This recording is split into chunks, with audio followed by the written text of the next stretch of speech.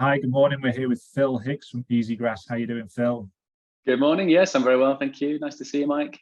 And you. So let's get straight into it. If you'd like to give us a little bit of an introduction as to who you are, what you do, what the business is, and how long you've been doing it for, please. Yeah, so I'm Phil Hicks, and I own and run Easigrass Yorkshire. So I've run my own business for 20 plus years, and probably like a lot of people, just kind of started doing the work myself, landscaping basically, Yeah. and then gradually developed the business, kind of took on people, set up a limited company 11 years ago, and then started employing people. And then I would say things got serious at that point. And we, as I say, we started out in landscaping. Yeah. Easigrass is an artificial grass company. So 95% of the work we do is supplying and installing artificial lawns. So having started in landscaping, that was obviously a natural thing to sort of develop within the business. Mm-hmm. And I would say that when I joined up with Easigrass about 6 years ago, just coming up to 6 years ago, it was probably a couple of years before that that we decided to focus exclusively on artificial grass. My desire was to develop a business with a real niche within Yorkshire for artificial grass. At the time, going back 10 years, there weren't many companies. There were probably a couple of sort of significant companies doing artificial grass exclusively. So I suppose I saw a niche and that was quite attractive. And I wanted to kind of get ahead of the curve slightly with the growth of the artificial grass market. And so that when the kind of boom in artificial grass came, which I think we're kind of in the middle of at the moment, I sort of foresaw that would happen, and I was keen to have a business in place that was ready to kind of take full advantage of that and be a kind of strong force in the marketplace. Brilliant. Bit of vision there, bit of anticipation for getting in at the right time, like Yeah. that. So over the last, you've obviously 2011, 6 years, the last 2 or 3 or so with the pandemic. Just interested to find out, in terms of different businesses, different sectors, what the biggest impact of that was for you guys. Yeah, so COVID was interesting and bizarrely positive for the landscaping industry in general. I know a lot of other landscaping companies and artificial grass companies, obviously around the country, around the world, in fact, because Easigrass is an international brand. Mm-hmm. So the COVID period created a strange boom within landscaping, primarily in the residential domestic market, because of course so many people were stuck at home looking out at their gardens, and particularly if they had kids or dogs, they were using the garden space far more intensively than they were previously, and the lawns just couldn't put up with it. So we had a real boom in inquiries and work for that period. So although it was extremely challenging logistically to carry on operating the business, I would say there were two things. We were very fortunate that we were operating a business which is outside. We're out in the open air, in the fresh air, 12 months a year. So obviously with COVID, a lot of the restrictions with COVID were to do with internal spaces and being inside and in buildings. So we were able to, following closely the letter of the law, we were able to carry on operating, albeit with, as I say, a lot of challenges. But we were able to kind of take advantage of that boom and carry on operating. And I mean, it's funny because the business was growing up to COVID, and it carried on growing through COVID and has carried on since. So there has been a slight correction in the market, I would say, since COVID. So the landscape industry as a whole, I would say, dipped slightly in the year or so since COVID has kind of fizzled out. But because our business was growing anyway, we've managed to carry on sort of steadily growing through all of that. So yeah, that was our experience of COVID. Great. Were there any actions that you took within the business because of the pandemic that have then stuck, and possibly areas of improvement, or that you thought actually that's a better way of working, or we'll stick with that? Yeah, well, I would say again two things. Our main office manager, Lorraine, when COVID struck, obviously, she just started working from home. We have a warehouse with an office space in it. And she's stayed at home since then, which I suspect is common in a lot of businesses. You know, you move some people to working from home. She prefers it like that now still. We're very happy with it because it works well for us. And so we've kept that as a kind of working practice. And Roger, who does sort of admin and surveying and things, again, he's home based. So they were implemented through COVID, but we've stuck with them. The big thing, there was a really big thing though, that's been a big benefit to us since COVID. When it all started, and as I say, there were a lot of restrictions on movement and contact and all that kind of thing. We, for the first time, started to do what we called virtual surveys. So the first step in our process when a customer contacts us is obviously to assess their garden space and provide a quote to them. So when COVID kicked off, we started offering virtual surveys, by which we mean that we ask customers to send us photos of their garden space and measure if they can. Not everybody's able to, you know, accurately measure a space, but with our experience, being able to see the garden and even having approximate measurements from the customer, we're able to work out, you know, fill in the blanks, I suppose. So that worked extremely well for us. So we're at the stage now, and because it was so effective, we carry on doing that now. So all of our inquiries, we offer as a first step for them to send us photos of the garden space, and we will provide them with a quotation via WhatsApp. So it's all done via WhatsApp. They WhatsApp us the pictures because, of course, 90% of customers that we have a mobile phone with WhatsApp on. So they don't even have to leave the app. They can take the photo in the app, send it to us. We can provide a quote, usually within a couple of hours. So it's extremely quick and efficient for the customer. Obviously, there will be a handful that we have that don't have that, you know, capacity. They don't have the phone or they don't have the means to take the photos and all the rest of it. So nowadays we will obviously still go and see those people and provide a sort of traditional survey and quotation. But it's been so efficient for us because, again, like a lot of businesses would have to visit a customer to do that survey, we were converting maybe 40% of the jobs that we were going to survey. So that percentage hasn't really changed, but we haven't had the cost outlay of visiting and time and fuel to go and see all of these jobs. So it's been an extremely efficient cost saving for us to do that, and time saving. So we carry on doing that now, and it works brilliantly. Fantastic. That's good to hear. So in terms of looking at the future and where you see things going for you as a business, if you can, not that everyone has a crystal ball or anything like that, but what does the future look like for you guys? What do you see as the main challenges going ahead?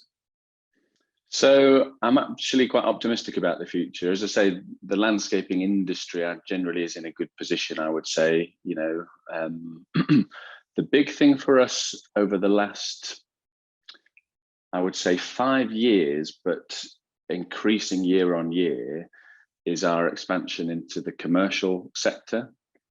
So we now do, as a percentage of turnover, about 45% commercial work, 55% domestic residential work. And the domestic market in 2022 in landscaping has actually been quite flat and down a bit. But as I said, as a business, we're still up on last year because of that commercial work. So commercial work is taking an increasing percentage of our overall business. And that's been really, really helpful for us because I suppose it balances the risk. You're not solely reliant on one sector. So if the domestic market has a bit of a slump, you know, you've got commercial work.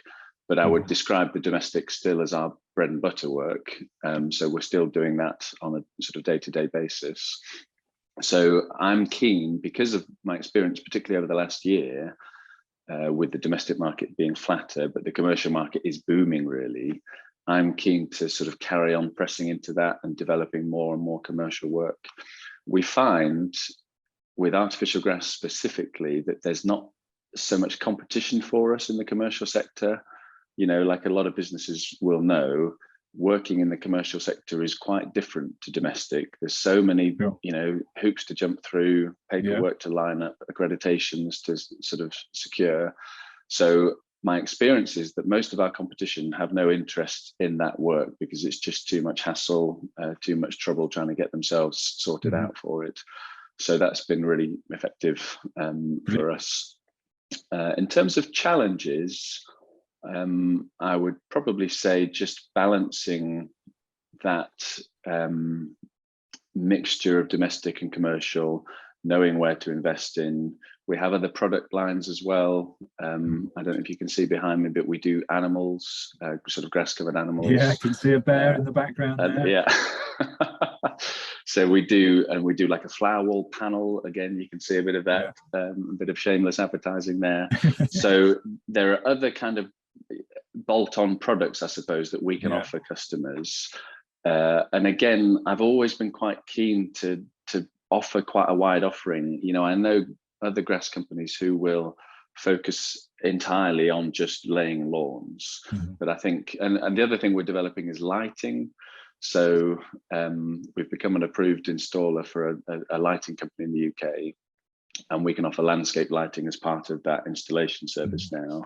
So again, I think a bit like commercial and domestic, if you can sort of spread within the same niche, you know, these are obviously artificial flower walls and the grass covered animals and things, it's all within the same sector, but it just gives you other avenues to develop and, as I say, sort of spread the risk slightly across different areas.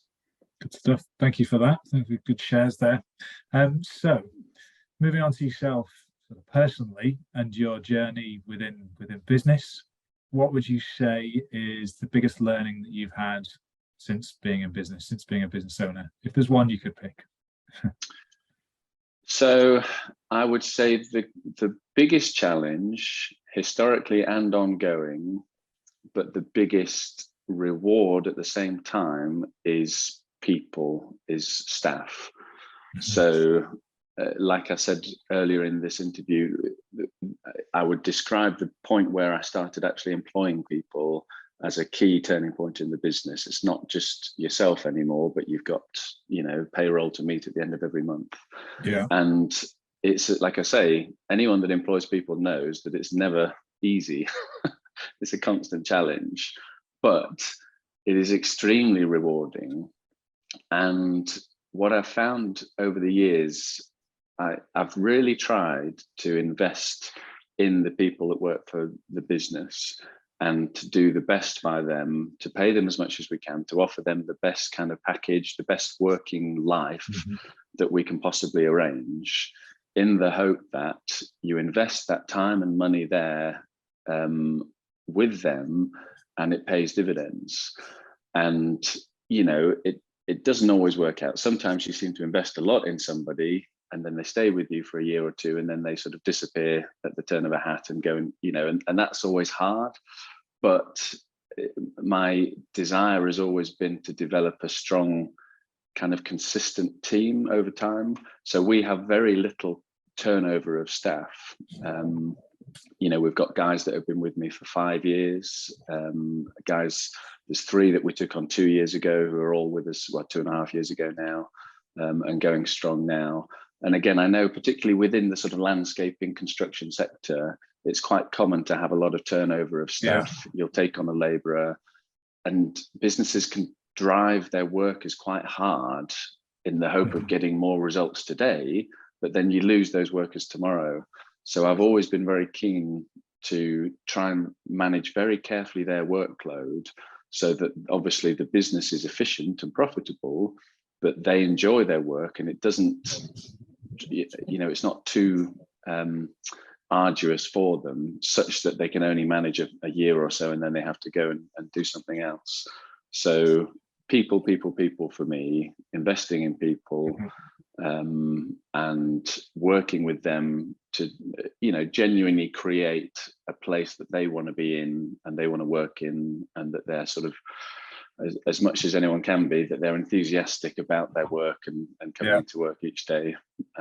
That would be my main advice: is focus your energy and resources on people, and it will pay rewards.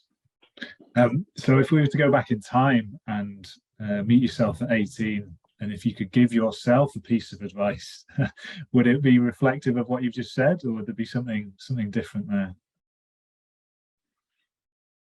That's a very good question. I think it would be reflective. I'm very focused and single-minded, I suppose. So, developing anyone that's sort of started a business and grown a business, it's not quick and it's not easy. It's extremely challenging, and you would only do it if you loved what you do. So I love landscaping. I think artificial grass is a superb solution for so many people in the way that we use it. So I'm very genuinely passionate about what we do and how we do it. And so I've never had a set plan for exactly what I know I probably should do, a 1-year plan, a 3-year plan, a 5-year plan. But I'm more driven, I suppose, by the opportunities that present themselves along the way, and sticking, like I said, to my value system, and making sure when I weigh up decisions, does that fit with the value system that I have? Is it going to be of benefit to the people that work in this business if we do that, or if we do this?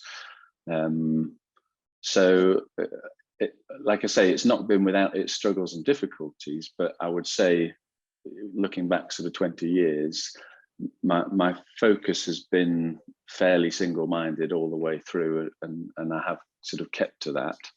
And as I say, anyone that's stuck it out for more than sort of 5 or 10 years running a business, I think you have to have that drive to see it through, against all odds sometimes. But I'm making it sound tough, but it has enormous rewards. I absolutely wouldn't do anything else other than run a business. I absolutely love it.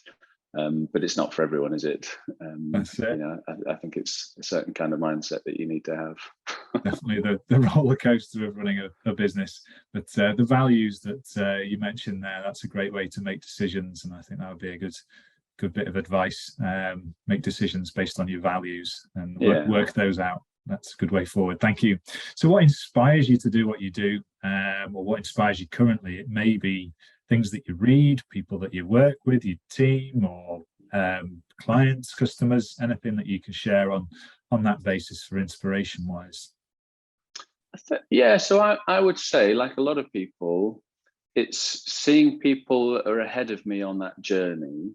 So people maybe who have been doing what I do, but for longer, doing a similar thing to me, but have a bigger business, say.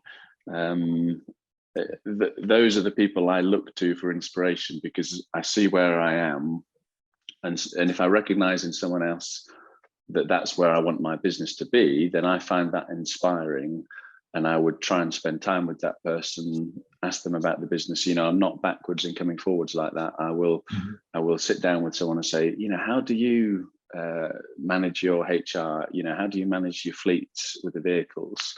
How do you manage reward systems for your staff? So I'm very keen to kind of learn all the time, and it's people who have done what I've done but bigger and better, I suppose, that I would see as inspirational. Taking Easigrass, for example. So my business covers the Yorkshire area, but Easigrass is a national brand, and it was started by Anthony Gallagher. And that core business that we call it the core business is based in London, and he's effectively developed a franchise model across not just the UK but around the world.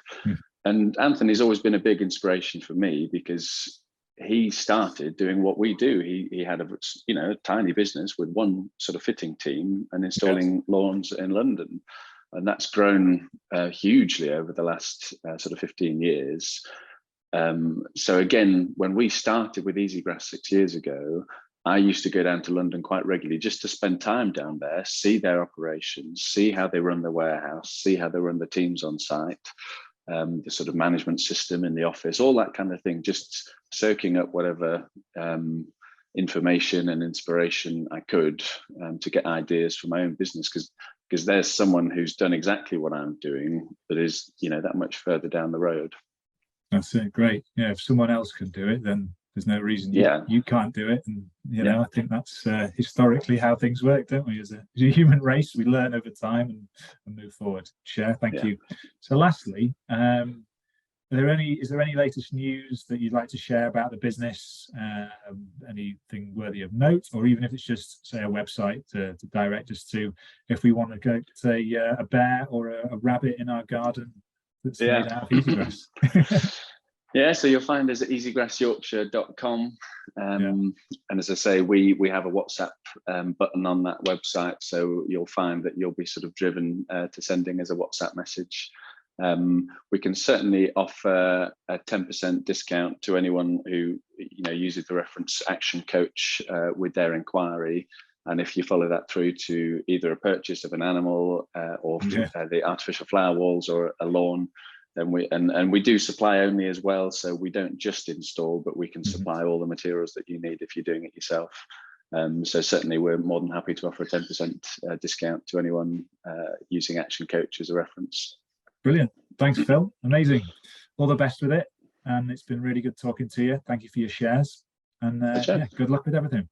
Thanks, Mike. Really nice to meet you.